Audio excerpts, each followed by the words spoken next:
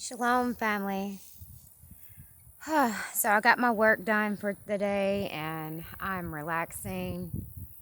Everybody's kind of doing their thing, watching football and stuff. So I wanted to come outside and be quiet, do a study with you guys. I'm drinking some coffee. I'm going to go check on my dad in a little bit, see how he's doing. But I hope y'all are having a great Saturday. Happy October. My favorite time of year. I love the colors. I love the weather. And it's been feeling so good outside lately. It hasn't been that hot and it's nice and cool at night. So, yay. But I hope y'all are enjoying the weather too, getting out, get outside. You know, like I said, I had to work first part of the day. I still work for the state of Alabama during the week, Monday through Friday, but I still clean houses on the weekend, and I have 3 of them that I clean just to bring in extra money, more or less. Everything's so high nowadays, you know, gas and food and everything else. It gets hard sometimes, but I just got a raise too, so glory be to God for that. I was very happy about that. I mean, every little bit helps right now. But guys, I wanted to talk to you about 2 Thessalonians chapter 2, verse 8. And I'm going to kind of cross-reference and explain, kind of go into a little detail about it. And then shall the wicked be revealed, whom the Lord shall consume with the spirit of his mouth and shall destroy with the brightness of his coming. And you can, there's so many different scriptures, family, so I'm going to kind of get into it. Isaiah 11:4. But the righteous he will judge the poor, and with equity he will decide for the lowly of the earth. He will strike the earth with the rod of his mouth and slay the wicked with the breath of his lips. Okay, that's kind of what I want to talk about, family, is how God, to our merciful God, the act of punishment is a strange act, you know. But this is, you know, he's going to slay many with just his mere breath.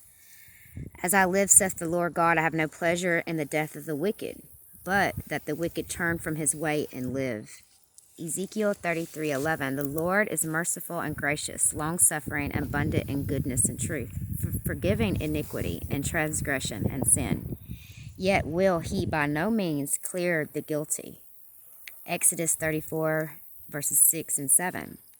While he does not delight in vengeance, he will execute judgment upon the transgressors of his law. He is forced to do this to preserve the inhabitants of the earth from utter depravity and ruin. In order to save some, he must cut off those who have become hardened in sin. The Lord is slow to anger and great in power, and will not acquit the wicked. Let's see, family. Also in Nahum chapter 1, verse 3.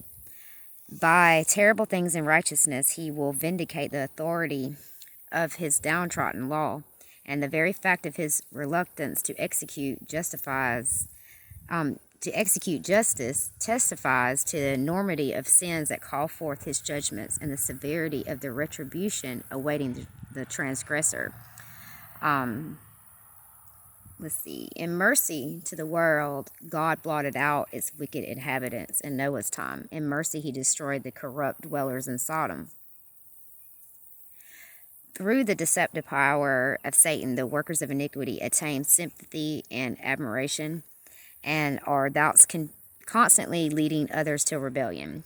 It was so in Cain's and Noah's day, and in the time of Abraham and Lot. It is so also, family, in our time. It is mercy to the universe that God will finally destroy the rejectors of his grace. The Bible is clear. God uses his breath to destroy. Isaiah 54:16. Behold, I have created the smith that blows the coals in the fire, that brings forth an instrument for his work, and I've created the waster to destroy. How can a God of love do this? You know, many people ask. Notice the translation, family, seething. It's in Jeremiah 1:13. And the word of the Lord came unto me the second time, saying, What see you? And I said, I see seething pot, and the face thereof is toward the north. Read the context in verse 15, family. You know, it talks about the Lord, Yahweh, bringing armies up against Jerusalem. The biblical Hebrew includes this other side of the coin, and God breathed. God's breathing can put you in a hot seat, family. In this New Testament theology, I ask this question because a lot of people, believers think that God of love means God wouldn't put anything in a rough, wouldn't put anybody in a rough spot, more or less. Not so. I beg to differ. Look at Hebrews 10:27, family, in the New Testament. But a certain fearful looking for of judgment and fiery indignation, which shall devour the adversaries. God is the origin of the fiery indignation that devours, family. The principle here is identical to the meaning of God breathes in Genesis 2:7.